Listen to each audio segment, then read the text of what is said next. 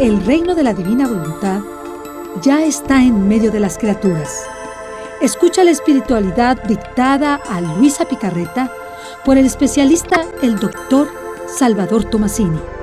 Todos los miércoles de 11 a 12 de la tarde, aquí en Radio Cronos, la estación que transforma tu vida.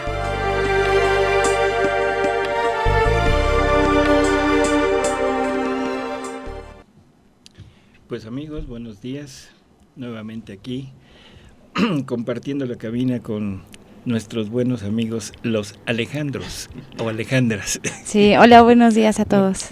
Buenos días, ¿cómo están? Aquí como todos los miércoles, aprendiendo algo más de esta maravilla de la divina voluntad. Así es, así es. Bueno, vamos a continuar sobre el tema que estábamos tratando la vez pasada. Y habíamos dicho que vivir en la divina voluntad es un intercambio de vida. Creo que eso quedó claro, ¿no? O sea, ¿qué es lo que Jesús quiere con nosotros? Él quiere estar en nosotros, pero ser nuestra vida, o sea, Él ser el que tome la iniciativa en todos nuestros actos. O sea, Él quiere hacerlos, Él en nosotros, ¿sí? Al hacer ese intercambio no quiere decir que desaparezca nuestra vida, ¿no? Es como fundirla. No, es exactamente, es una unión. Es igual que en la vida de Jesús, que Jesús del Catecismo nos lo define perfecto, ¿no?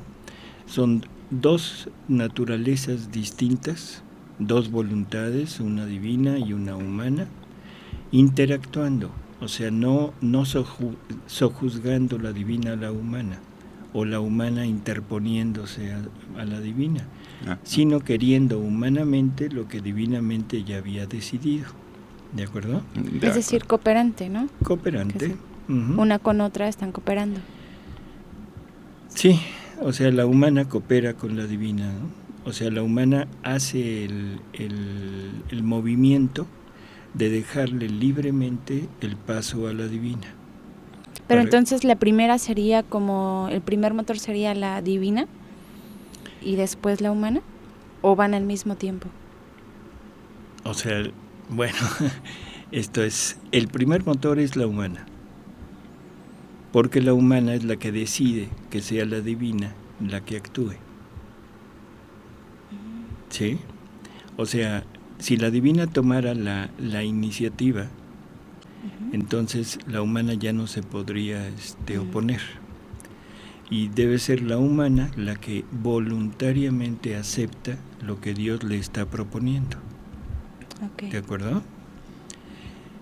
Bueno, decíamos que esto el Catecismo de la Iglesia Católica nos lo pone ya muy en claro cuando dice que todo lo que Él vivió, Él hace que lo podamos vivir en Él y que Él pueda repetir todas sus acciones en nuestros actos.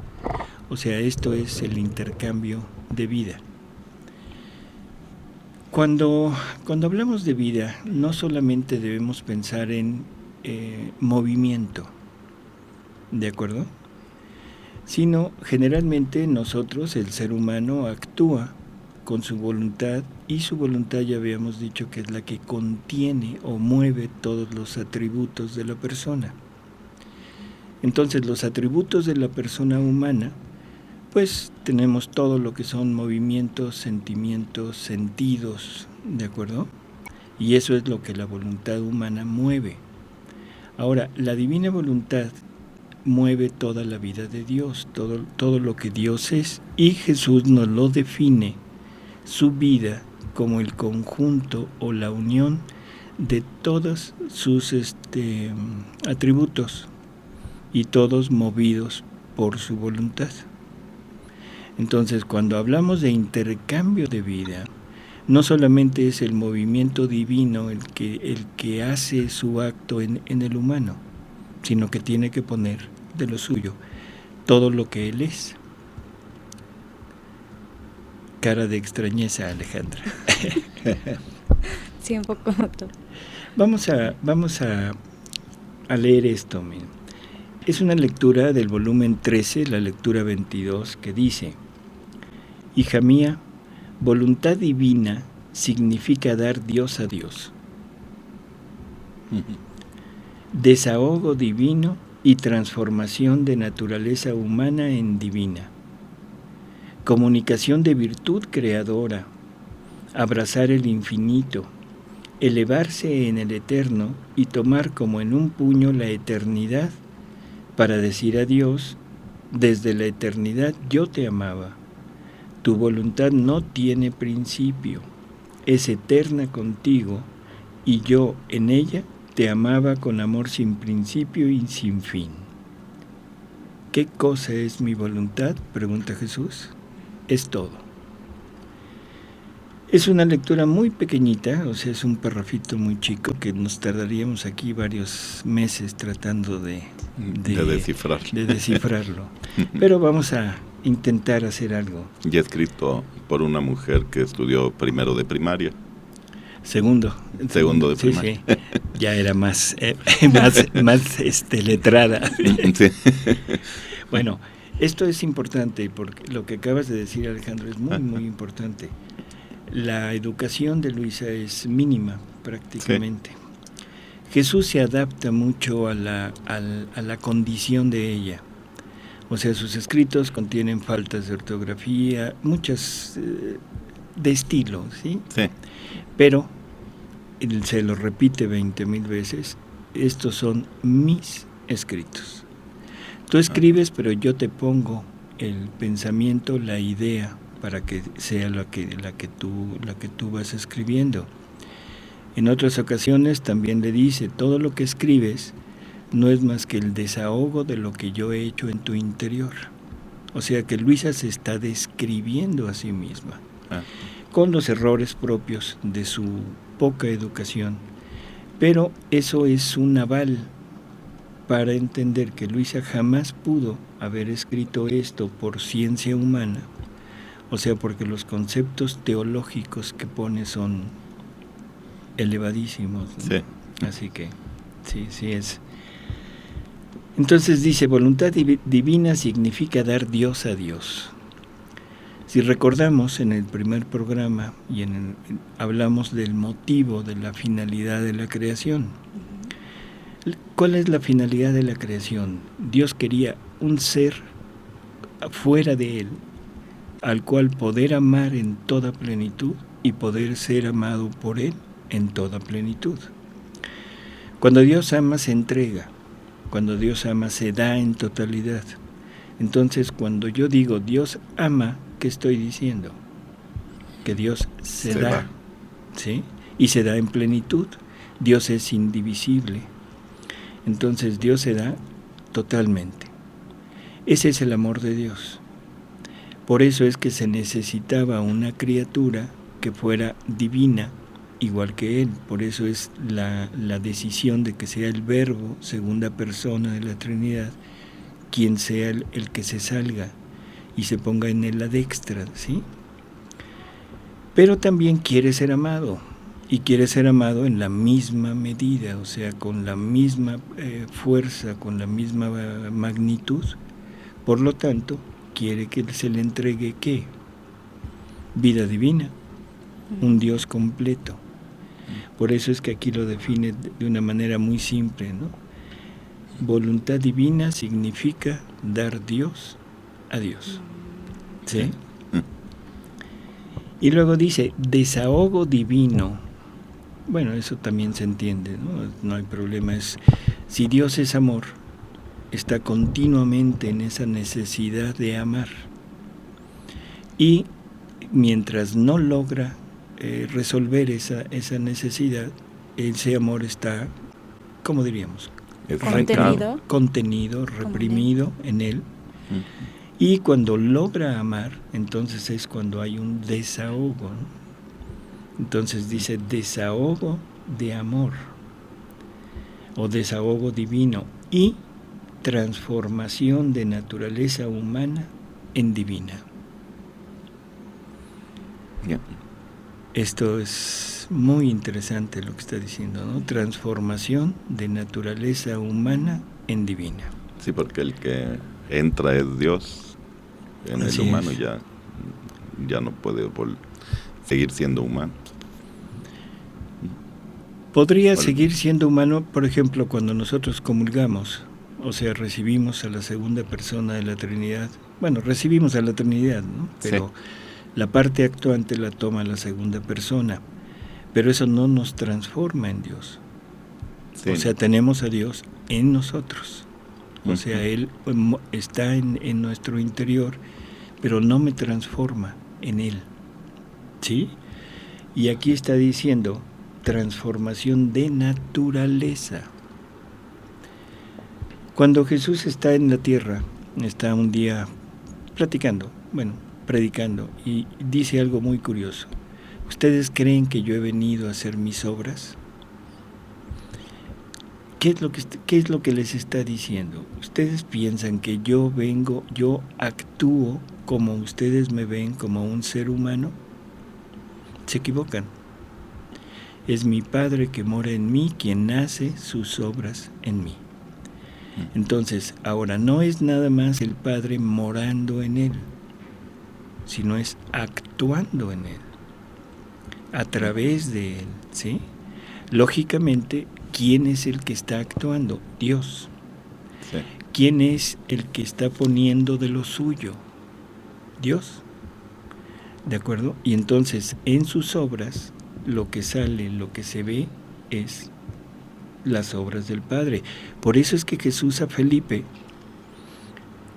cuando Felipe le pide que les muestre al Padre, por eso Jesús le dice, oye, tanto tiempo hace que estoy con ustedes y no has visto al Padre. Sí. O sea, ¿por qué? Porque eran las obras del Padre, ¿sí? Entonces, estas palabritas tan pequeñas, ¿no? Transformación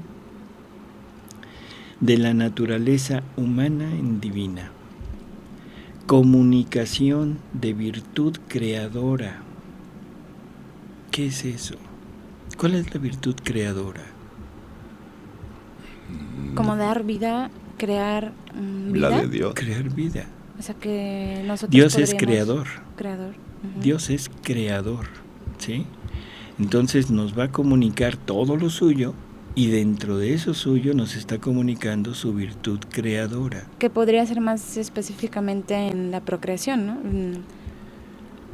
Bueno, podríamos ponerlo ahí, pero en realidad eso ya estaba dado, aunque y quedó en el hombre, no como una participación de naturaleza divina, sino como algo natural, ¿no? No, ahorita lo vamos a ir tratando de desenmarañar un poco, ¿no? Pero lo que sí es importante es irnos quedando con la idea. O sea, es transformación de naturaleza humana en divina, comunicación de virtud creadora, abrazar el infinito. El infinito se podría abrazar. Pues solo Dios. Solamente siendo infinito, ¿no? Sí. Y nosotros somos criaturas finitas. Pero si en nosotros mora Dios, obra Él con su voluntad que es infinita, ahora nosotros con nuestra voluntad, aceptando a la divina voluntad, podemos coparticipar de todo lo que Él es. ¿De acuerdo? Entonces abrazar el infinito, elevarse en el eterno y tomar como en un puño la eternidad. Son palabras, y cuando leemos las palabras pasan muy rápido, muy facilito. Pero cuando tratamos de detenernos y ponernos a pensar un poco en lo que está diciendo, se nos va, ¿no? Abrazar la eternidad, tomar como en un puño la eternidad. ¿Qué es la eternidad? ¿Qué es la vida eterna? Pues es Dios. Un solo acto, como es toda la vida en un solo acto, ¿no? O sea, no hay línea de tiempo, sino... No es tiempo, no es una línea de tiempo, ¿no? Porque siempre que hablamos de eternidad lo pensamos en función de transcurso de tiempo. Entonces en Dios no hay tiempo. Y Jesús define lo que es la vida eterna. Dice, es que te conozcan a ti, Padre, y a tu enviado. Sí, o sea, Él. O sea que la vida eterna es conocimiento, no es transcurso de tiempo. ¿Y por qué conocimiento? Dios es un eterno presente, ¿sí? Y vivir en Dios es sumergirnos en Él, o sea, participar de lo que Él es, de lo que Él contiene, de todos sus gozos, sus felicidad, ¿sí? Sus bienes. En la medida que yo voy conociéndolo, voy tomando mayor conciencia de dónde estoy. Esto es como una casa. Imaginémonos una casa enorme, un palacio, Sí. ¿sí? Y que de repente estamos dentro, pero no conocemos lo que hay en todas las habitaciones, en todo el resto del palacio. Estamos en el umbral, estamos en la puerta. En el lobby, ¿no? En el lobby. Y en la medida que yo voy conociendo, es en la medida en la que voy tomando parte, voy participando junto con lo que aquel castillo contiene, yo voy tomando parte de él. Y eso es la vida eterna. La vida eterna es conocer al Padre, conocer al Hijo, ¿sí? Para poder participar de lo que Él contiene, de lo que Él tiene en sí mismo. Y eso lo tenemos que hacer a base de conocimiento. Claro. ¿Sí? Y Dios es un eterno presente. Sí. Entonces, cuando dice aquí, tomar como en un puño la eternidad para decir a Dios, desde la eternidad yo te amaba, tu voluntad no tiene principio, es eterna contigo, y yo en ella te amaba, con amor sin principio y sin fin. Si yo le digo a Dios, te amo desde mi vida humana, desde mi voluntad humana, lo más que podría hacer es extenderme hasta el momento de mi, ¿cómo diría?, concepción, Ajá. hasta el momento de mi muerte. Y le puedo decir, te he amado toda mi vida. ¿Sí? Pero, bueno, es toda mi vida. Pero mi vida es una fracción en esa eternidad. Cuando le digo a Dios, te amo con tu voluntad, o sea, tomo su voluntad como mía, tomo sus atributos como míos, y ahora yo le digo, te amo con tu amor. Su amor no tiene principio. Su amor no tiene final. Entonces, ahora sí, esto se hace una realidad. Y Dios se va a sentir amado por su criatura, pero desde siempre y hasta siempre. Sí. ¿Sí? Completamente, ¿no? Como Así debería es. ser amado. Así es. Pero para hacer eso, Jesús tiene que estar dentro de nosotros. Claro. No, Totalmente. Si Jesús no está en nosotros, todo esto no pasa de ser una bella ilusión. Sí. Sí. Doctor, pero ¿cómo, por ejemplo, si nos preguntan allá afuera alguien, ¿y cómo tú haces que Jesús viva en ti? O sea, como más práctico, que nos pregunten eso. ¿Cómo lo logras? ¿Cómo haces que el amor del Padre, o yo creo que tal vez, bueno, porque me han hecho esta pregunta, y yo creo que quieren saber cómo es que yo estoy segura de que al decir Jesús, con tu amor yo quiero amarte, ¿cómo saben que ya tengo ese amor dentro y que estoy amando a Jesús con su mismo amor? ¿Cómo saberlo? Bueno, este es exactamente el tema que vamos a ir tratando en los siguientes 3,200 programas. Sí, o sea, porque es todo en la eternidad. No. Esto es todo un proceso, ¿no? Es un proceso que vamos a ir viendo poco a poquito, el abandono, o sea, la entrega, el desapego, en fin, son muchas partecitas que tenemos que ir tocando. Ajá. Pero ahorita, en este momento, creo que bastaría con lo siguiente. Lo primero que se necesita es conocer que existe. Conocer que existe esta divina voluntad, conocer que Dios me la quiere dar como vida, conocer que yo la puedo recibir, ¿sí? Y conocer que lo único que necesito es disponerme a recibirla. La disposición. La disposición. Sobre esa disposición es sobre lo que Jesús va a trabajar, ¿de acuerdo? Okay. Ahora, la seguridad, que quizás sea parte de las preguntas que se pueden hacer, ¿cómo puedo estar seguro de que estoy haciéndolo? La seguridad nunca la vamos a tener, o sea, como seguridad, no, porque en ese momento el ser humano perdería el motor que lo impulsa a seguir en el mismo camino. No sé si me explico. Sí. Cuando yo estoy tras algo, estoy tratando de conseguir algo, siempre pongo todo el empeño por conseguirlo. Todo lo mío. Así es, pero si lo consigo, digo, ahora sí, ya descanso. Sería como dice que el rico ya no va al reino de los cielos, ¿no? Porque siente que ya tiene lo que buscaba, ¿no? Probablemente. O sea, pero más bien aquella frase de Jesús también medio rara, ¿no? Que dice, es más fácil que un camello pase por el ojo de una aguja a que un rico se salve. En fin. Pero ahorita vamos a quedarnos con esto, ¿no? O sea, es la seguridad absoluta no la vamos a tener. Y la prueba la tenemos en Luisa. Todavía en los últimos volúmenes ella todavía se pregunta si estará o no estará viviendo realmente en la divina voluntad, ¿no? Jesús prácticamente le dice, oye, no le hagas. Pero yo pienso que es totalmente planeado por él, ¿no? El no darnos la seguridad para no quitarnos ese ímpetu que debemos tener. Tal vez ahí entraría un poco la confianza en dejarse llevar, o sea, bueno. Más que la confianza, yo diría la fe, porque aquí es la fe la que nos debe asegurar que estamos viviéndolo, ¿no?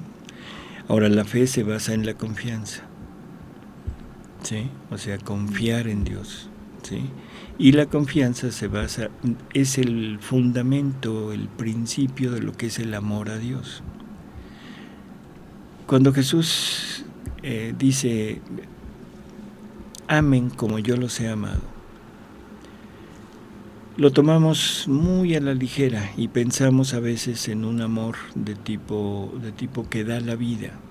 Sí. O sea, pero que da la vida física, que se expone al martirio, ¿no? Entonces nosotros decimos, pues sí, al cabo ya no hay persecuciones, ya no hay esto, ya no hay lo otro, va a ser muy difícil que me quiten mi vida, entonces la puedo dar. Qué terrible equivocación. Porque lo que Jesús nos está pidiendo es exactamente eso, amarlo, pero amarlo con su vida, con su amor, y para eso necesito quitarme la mía, que ahí entra la renuncia, entre el desapego, en fin, que vamos a ir viendo poco a poco. Que eso está más difícil que a que te crucifiquen, yo creo, ¿no? El desapego y el quitarnos todas nuestras... Bueno, yo espero nunca tener que ver si es más fácil no conocer todas las opciones. Así es. Bueno, entonces dice, desde la eternidad yo te amaba, tu voluntad no tiene principio, es eterna contigo, y yo en ella te amaba con amor sin principio y sin fin. ¿Qué cosa es mi voluntad? Es todo. La palabra todo es muy enigmática, ¿no? Decimos todo y ya no nos preocupamos de saber qué hay o qué es, sino simplemente nos decimos es todo. Yo creo que de nuestro lenguaje habría que irla quitando para tratar de profundizar en qué es ese todo, ¿no? Ir conociendo a Dios. Cuando, como decíamos hace un momento, una cosa es que Jesús viva en nosotros, se desarrolle sus actos en nosotros. Y entonces lo que decía ahorita Alejandra, bueno, ¿y yo dónde quedo? ¿Sí? ¿Yo qué hago? Creo que es una respuesta un poquito problemática, pero vamos a intentar verlo así. Le dice Jesús a Luisa, el vivir en mi voluntad es un cambio de temperamento, un intercambio de temperamento. Entonces, bueno, primero tengo que saber qué es el temperamento, así en términos muy generales. El temperamento es la forma que tenemos de reaccionar ante los estímulos externos. Y esto es genético, es heredado, ¿de acuerdo? Sí. O sea, a veces hay personas que son coléricas, enojonas, hay personas que son muy alegres, hay personas que son, no sé, muy ecuánimes, muy serios, muy introvertidos, en fin. Ese es el temperamento, con él nacemos y con él vamos a morir, o sea, no hay forma de podernoslo quitar. Pero ese temperamento se puede modificar, se puede cubrir, es como una casa otra vez. Cuando yo tengo la obra negra, o sea, están los tabiques, ese sería el temperamento. Pero yo puedo irle poniendo recubrimiento a ese temperamento y lo puedo modificar, y eso es lo que sería el carácter. O sea, el carácter es el esfuerzo que yo hago por corregir mi temperamento. Por eso dicen forjar el carácter, ¿no? Ajá. Es algo que se puede modificar. Así es. Es como si soy muy colérico, soy muy enojón y todo me enoja, ¿no? Que ese es el temperamento. Ese es el temperamento. Okay. Entonces de repente llegas y me dices, oiga doctor, y siento que me...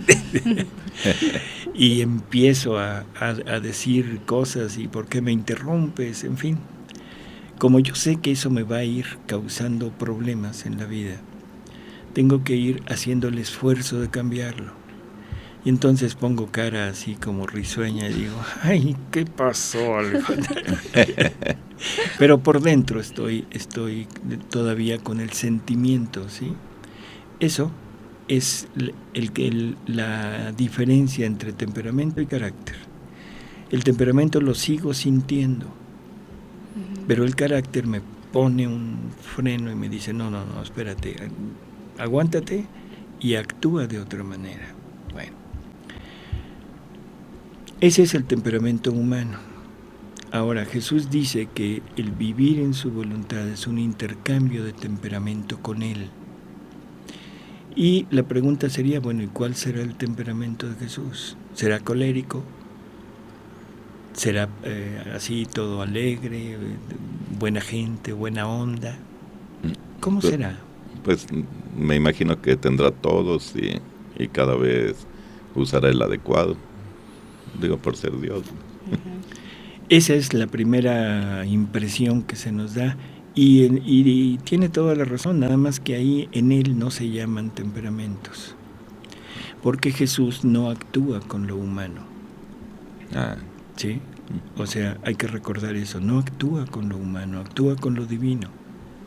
Porque si recurrimos nuevamente a la definición del catecismo, dos naturalezas distintas, humana y divina, el verdadero hombre, verdadero Dios, en una sola persona, la persona del Verbo. No es la persona de Jesús, sino la persona del Verbo, o sea, divino.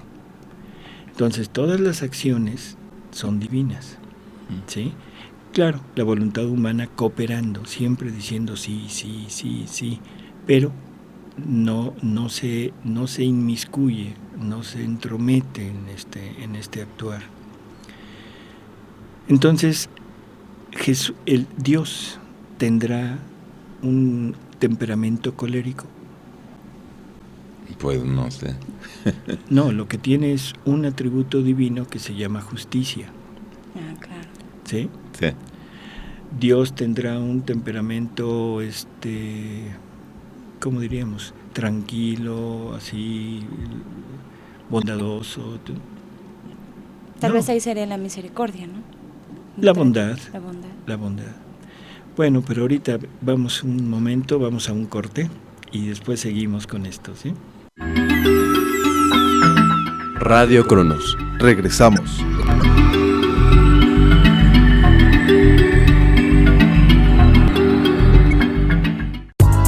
Visita nuestra página www.radiocronos.com.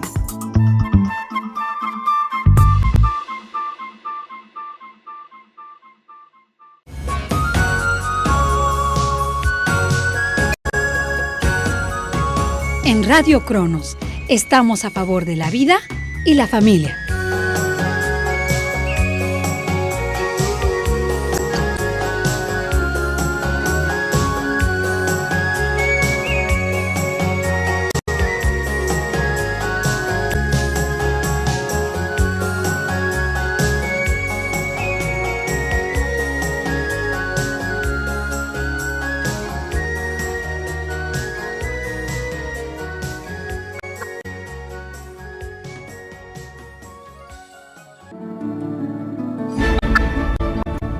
El evento de nuestra fe católica más importante ahora en la Ciudad de México, Expo Católica, del 29 de agosto al 1 de septiembre en el World Trade Center, Ciudad de México. Habrá conferencias y conferencistas de primer nivel, apostolados, stands, ventas, música y mucho más. No te lo pierdas. Contáctanos en www.expocatólica.org. No lo olvides. El evento más importante de nuestra fe católica, Expo Católica y Unión de Voluntades invitan.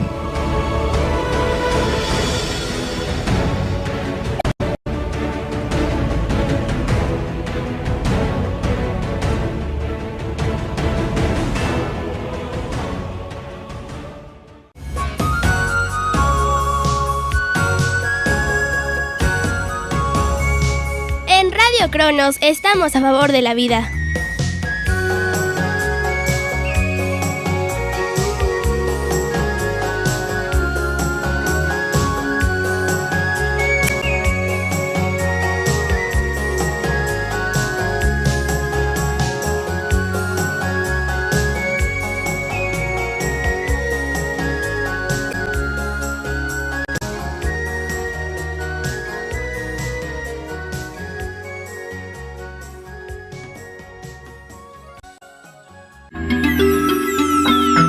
Radio Cronos. Continuamos.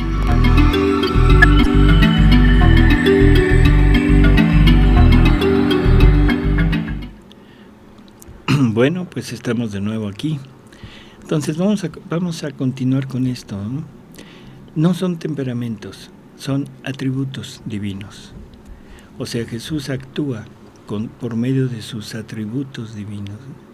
E incluso le dice a Luisa, cuando él le propone este intercambio de temperamentos, después Luisa se pregunta, bueno, ¿y cuál es mi temperamento y cuál es el temperamento tuyo, ¿no?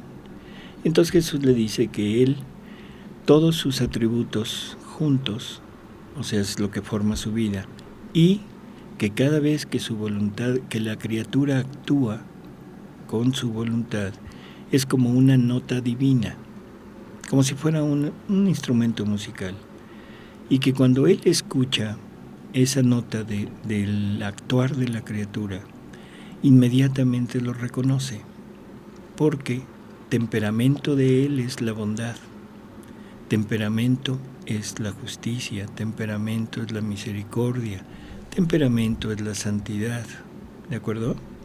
O sea, todos sus atributos forman parte de lo que sería su temperamento de él.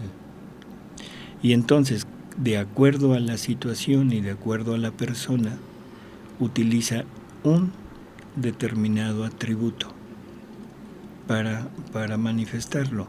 O sea que ahora esto es lo que él nos quiere dar le quiere dar a la criatura que quiere vivir en su voluntad. Y aquello que era genético, heredado, que no se puede quitar, ahora de repente en ese intercambio de vida y en ese intercambio de temperamento, ¿dónde quedaría? Desaparece, ¿no? Desaparece, o sea, se queda, es un intercambio, hay que recordar, desaparece de mí, pero queda en Jesús. Queda en Jesús. ¿Y Jesús qué hace con eso? Quedaría en la cruz. O sea, ha de decir, ¿yo para qué quiero esto? No, ahorita vemos, porque es importante lo que acaba de decir Alejandro. Queda en la cruz, porque ese temperamento es causa de muerte para mí. O sea, todos los actos humanos que están fuera o alejados de la divina voluntad, de la voluntad de Dios, nos llevan hacia la muerte. ¿Sí? Es la sentencia del paraíso terrenal. La sentencia del paraíso terrenal. ¿Sí? Entonces hay que entender que nuestro temperamento queda ahí, queda en la cruz, queda con Jesús. Para eso lo quiere, para eliminarlo. Y ahora nos da su temperamento. Hasta el momento que yo viví con mi voluntad, yo tenía que irle poniendo recubiertos o cubiertas a mi temperamento. ¿Con las virtudes podría ser? Así es, mi voluntad forzándome eliminaba mis vicios y por medio de actos humanos virtuosos. Por decir el ejemplo que estaba poniendo conmigo, que supongamos que usted tiene un temperamento colérico y llego yo y lo interrumpo y se enoja, entonces ahí usted aplicaría la virtud, o sea, si no fuera en la divina voluntad, sería la virtud de la paciencia, podríamos ponerlo. Y entonces tratar de tranquilizarse y contestarme amablemente y eso. Y en la divina voluntad sería, ¿ahí cómo sería? El atributo divino de la paciencia, de la misericordia, de la bondad, del comunicar a Dios y el estar recibiendo a la criatura no como algo humano, sino como algo divino, el amor divino. En este caso usted me estaría recibiendo a mí como si yo fuera un Jesús. Como si fueras un Jesús, ¿sí? Y con el mismo amor de Jesús. ¿Con qué amor recibiría Jesús a sus criaturas?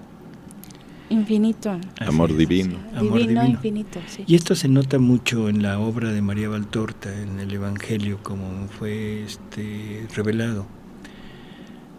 Generalmente los apóstoles cuidaban mucho a su maestro, ¿no? Y Jesús llegaba muy cansado, llegaba de las caminatas que hacían, de las predicaciones, en fin. Y entonces trataban de que descansara. Y le daban comida, le trataban de que nadie lo molestara. Pero si por algo llegaba alguien a buscarlo en ese momento, salía alguno de los apóstoles y trataba de decirles que volvieran después porque el maestro estaba ocupado. Y si Jesús se daba cuenta, salía luego, decía, no, un momento, y recibía a la persona, la atendía, haciendo a un lado el cansancio, todo lo que él pudiera estar deseando tener en ese momento, ¿no? Que en realidad entonces, como hace rato decía, no era las obras de Jesús, sino también el Padre actuando en él, ¿no? Era quien quería recibir a esa persona. La parte divina con la parte humana de Jesús, el Verbo eterno actuando con sus atributos a través de la humanidad, ¿sí? Y la voluntad humana con su propio temperamento, con sus propias, ¿cómo diríamos?, atributos humanos, así uniéndose a lo que el Verbo había decidido hacer, ¿no? Haciendo a un lado toda la parte humana de cansancio, de hambre, en fin, ¿sí? Así que el temperamento humano quedaría encerrado en la cruz. Y ahora vamos a actuar con el temperamento divino. Y el temperamento divino son todos los atributos divinos, ¿sí? Por lo tanto, ahora la pregunta es obligada. ¿Cuándo se estará actuando mejor? Cuando una persona está muy santa, llena de virtudes, de dones de Dios, o viviendo en la divina voluntad. Sí, pues viviendo en la divina voluntad, porque es Jesús quien actúa. Así es. Y son actos divinos. Actos divinos, ¿no? Le dice Jesús a Luisa que para entrar a su voluntad no hay puertas, no hay ventanas, no hay caminos.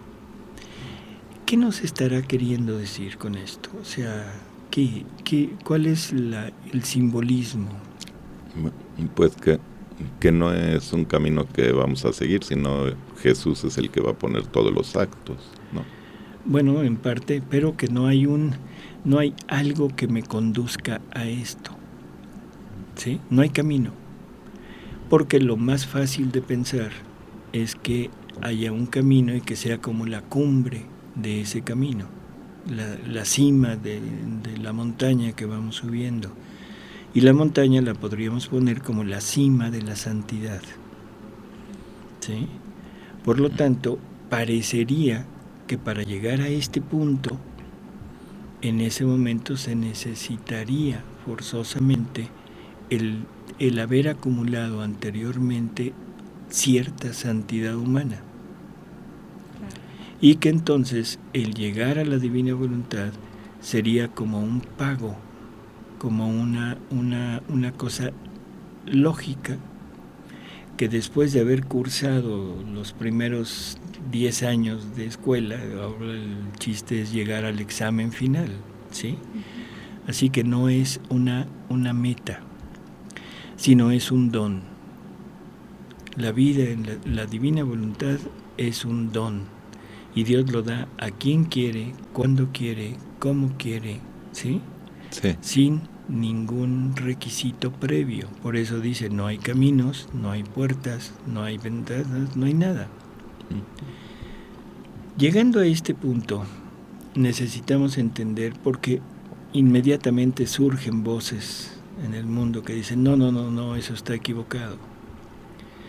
Es necesaria la virtud para llegar a esto.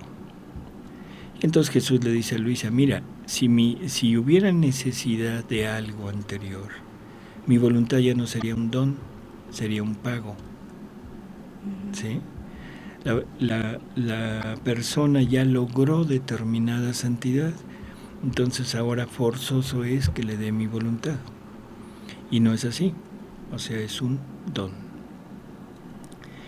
Pero repito, se habla mucho y se dicen mucho en contra de esta idea que el mismo Jesús pone en sus escritos, ¿no? Entonces debemos entender que no es necesaria la virtud, la santidad en las virtudes anteriores. Lo que es necesario, y lo que habíamos puesto al principio, conocimiento. Nadie puede desear tener algo si no lo conoce. ¿De acuerdo? Sí. Sí, claro. Eso es absoluto.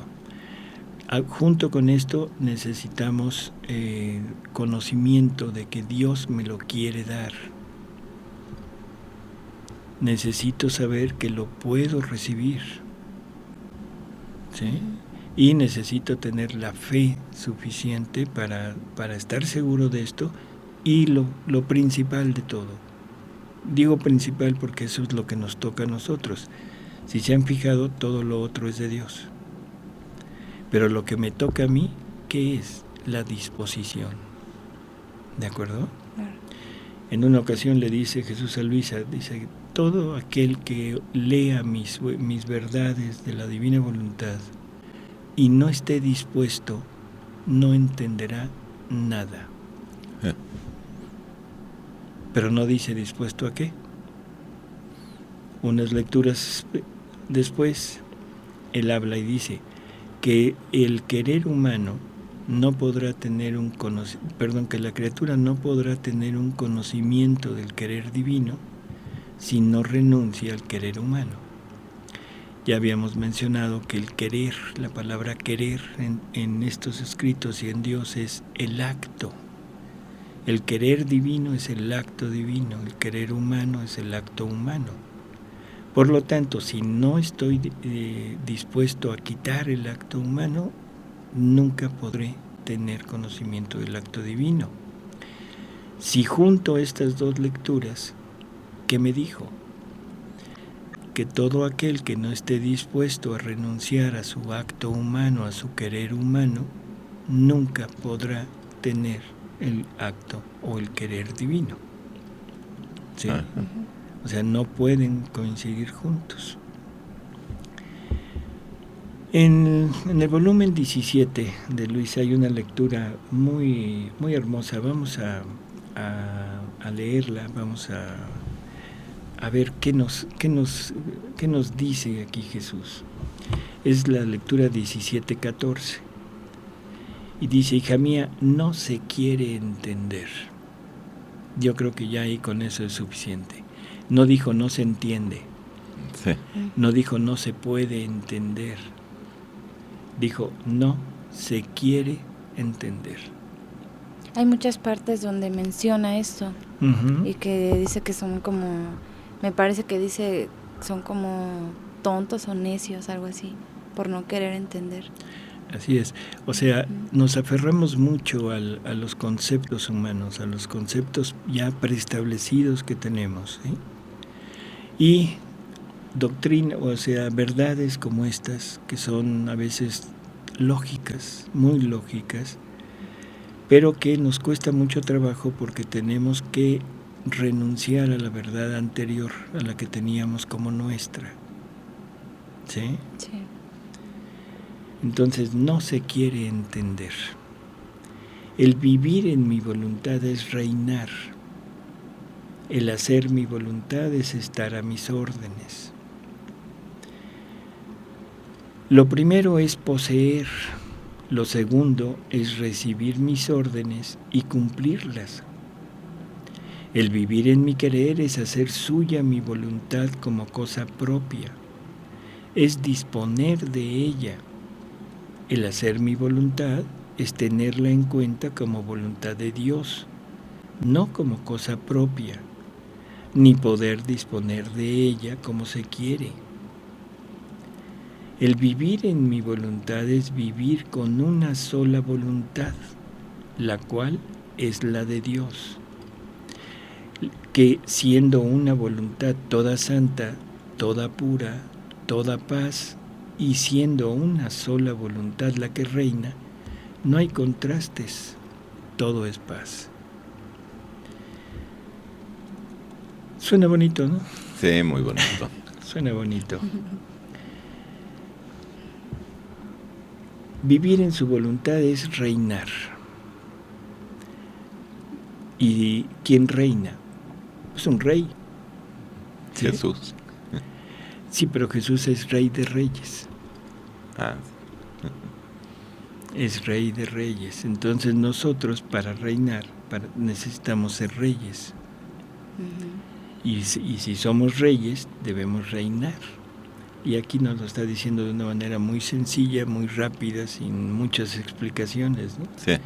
El vivir en mi voluntad es reinar. El hacer mi voluntad, que ese es el otro problema grandísimo que hay. Cuando oímos la voluntad de Dios, casi siempre nos vamos a la idea de orden de Dios, que Dios nos da una orden. ¿Sí? Sí. Y entonces, lógicamente, una orden se debe obedecer.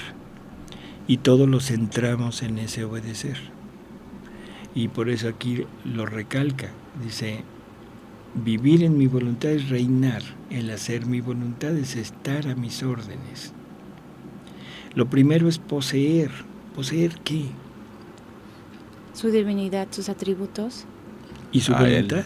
Él. Y a Él. Poseerlo a Él. ¿Sí? Entonces es poseer. Lo segundo es recibir mis órdenes y cumplirlas. El vivir en mi querer o en mi voluntad es hacer suya mi voluntad como cosa propia. Es disponer de ella. El hacer mi voluntad es tenerla en cuenta como voluntad de Dios, no como cosa propia, ni poder disponer de ella como se quiere. El vivir en mi voluntad es vivir con una sola voluntad, la cual es la de Dios. Es lógico, si yo ya le di mi voluntad y mi vida, y ya sabemos que esta voluntad y esta vida donde quedaron en la cruz con Jesús, entonces ahora yo, para vivir, necesito la de Él, ¿no? Entonces ahora vivo de la voluntad de Él, y esto cumple el deseo de Jesús expresado allá en la última cena, ¿se acuerdan? Para que seamos uno, como tú y yo somos uno. La condición es Jesús en nosotros, yo en ellos. ¿Sí? Pero es maravilloso lo que está diciendo. Nos quiere en ese punto de unión. Lo veo un poco como el dueño de alguna empresa o fábrica que tiene a los trabajadores ahí en esa empresa, que eso sería como hacer la voluntad de Dios, ¿no? Los trabajadores obedecen y cumplen con ciertas normas para trabajar y obedecen al dueño. Y vivir en la divina voluntad podría ser un poco como el hijo de este dueño, que goza un poco de los privilegios que implica ser el hijo del dueño, ¿no? Más o un menos. Poquito así lo veo. Y el dueño le da todas las facultades para que haga y deshaga, y para que todos los empleados lo vean como si fuera el dueño, como si fuera él mismo. Dice, las pasiones humanas tiemblan ante esta suprema voluntad y quisieran rehuirla. Y esta es otra cosa maravillosa. Los que nos dicen que debemos tener la santidad humana no han tomado en cuenta esta pequeña frase, ¿no? Porque ¿qué son las virtudes? Ya habíamos dicho hace un momento. Son actos humanos de nuestra voluntad que se oponen a nuestros vicios humanos. ¿De acuerdo? Entonces, si vemos lo que está diciendo Jesús aquí, dice, las pasiones humanas tiemblan ante esta suprema voluntad y quisieran rehuirla. No se atreven a moverse ni a oponerse, viendo que ante esta santa voluntad tiemblan cielos y tierra. Esto es algo también totalmente fuera de lo pensado, ¿no? Sí. O sea, nuestras pasiones, nuestros vicios, lo que tengamos, no importa. Todo lo que tenemos. O sea, para moverse en nosotros, o sea, lo que pretende es el llevarnos hacia la satisfacción de aquella, sensación, de aquella necesidad, de aquella miseria que tenemos, ¿sí? Uh-huh. Y nosotros tenemos que ponerle un freno. A veces es tan fuerte las miserias que tenemos que nuestras disque virtudes no alcanzan a fortificar, a detenerlo, ¿no? Sí. Pero aquí, ante una voluntad divina puesta en la criatura, no hay miseria que se enfrente, ¿sí? Esto quiere decir que de alguna manera, el impulso, el germen de la corrupción queda anulado, ¿sí? O sea, no es que ya no exista, ahí está, pero queda anulado, totalmente anulado por la presencia divina. Así que, ¿para qué queremos virtudes? Ya no.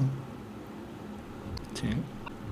Doctor, y por ejemplo con Luisa, ella decía que obedecía siempre a la iglesia, ¿no? Uh-huh. O sea, siempre y obedecía al confesor y todo lo que le decían. Esta obediencia no era virtud en ella, o era el mismo Jesús que en la divinidad estaba en ella, en ese atributo. Jesús se lo dice de una manera muy suave para no provocar escándalo. Le dice que las virtudes de ella, las virtudes humanas, es el asiento donde estarán las virtudes divinas, o sea, donde Él pondrá su virtud divina. ¿Atributo o virtud? Atributo, pero Él se lo dice, por eso dije, para no generar conflicto, okay. le dice virtud. Para no asustarla. Pues para que lo vaya digiriendo. Así es. O sea, que lo vaya viendo así. En otra ocasión le dice que ella será la primera que transformará las virtudes humanas en divinas. No ella, sino en ella, ¿no? ¿O ¿Mandé? ella?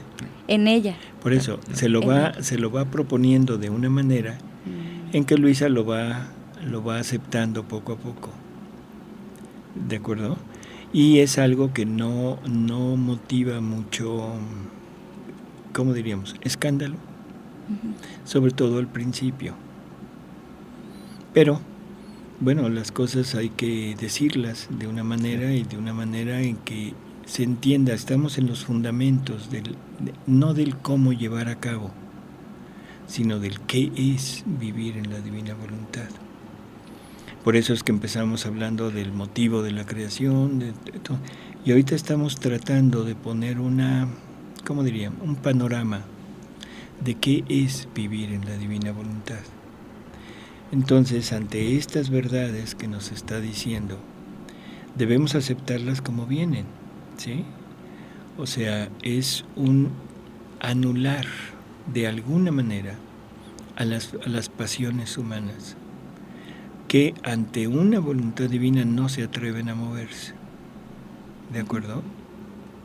Sí. Sí. Sí, se entiende.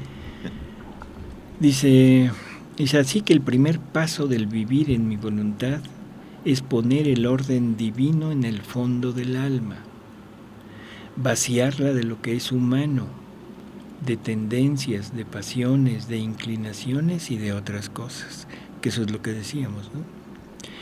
En el momento que la criatura se decide a vivir en esta divina voluntad, que empieza a conocer, que empieza a dar los primeros pasos, ahora la divina voluntad empieza a obrar aquí, poniendo este orden y haciendo que las pasiones humanas se empiecen a alejar. Al principio no es magia, ¿no? No es de la noche a la mañana. Así es. Es como un proceso. Es un proceso en que la criatura va adquiriendo cada vez más, ¿cómo diríamos? Seguridad. Sí. Y va teniendo más firmeza en este vivir en la divina voluntad, lo cual la lleva a ir adelantando, a ir tomando más de esta divina voluntad. Y en la medida que ella crezca, se irá haciendo más claro el que lo demás vaya desapareciendo. Entonces es como un proceso, no puede ser como una conversión inmediata, como por ejemplo algunos santos. Conversión, es que son diferentes. Es diferente por la divina voluntad, ¿no? Vivir en la divina voluntad y hacer la voluntad era lo otro. La conversión de San Pablo es inmediata, es así un ¡pum!, se cayó del caballo, ¿no? Lo tiraron, no se cayó. Pero después vino un proceso, o sea, un proceso de conocimiento donde Dios le revela, y eso lleva un tiempo. ¿Cuánto tiempo? Eso depende de Dios, ¿no? No depende de la criatura, depende de Dios. Pero conversión es estar seguro de que Dios me hace falta en mi vida, darme cuenta de que Dios me hace falta, ¿de acuerdo? Sí. Y lo otro es el empezar el proceso de ir adquiriendo esta divina voluntad ya como vida. Entonces, si nosotros queremos empezar a vivir en la divina voluntad, sí sería como un proceso, así poco a poco. Así es. Sí, en alguno de los escritos dice Jesús que gota a gota va obrando él, ¿no? Así es, exactamente. Bueno, pues nuestro tiempo se termina y nos quedamos aquí, y bueno, la próxima vez seguiremos adentrándonos un poco más en este vivir en la divina voluntad. Hasta luego. Hasta luego, gracias. Hasta luego. Muchas gracias.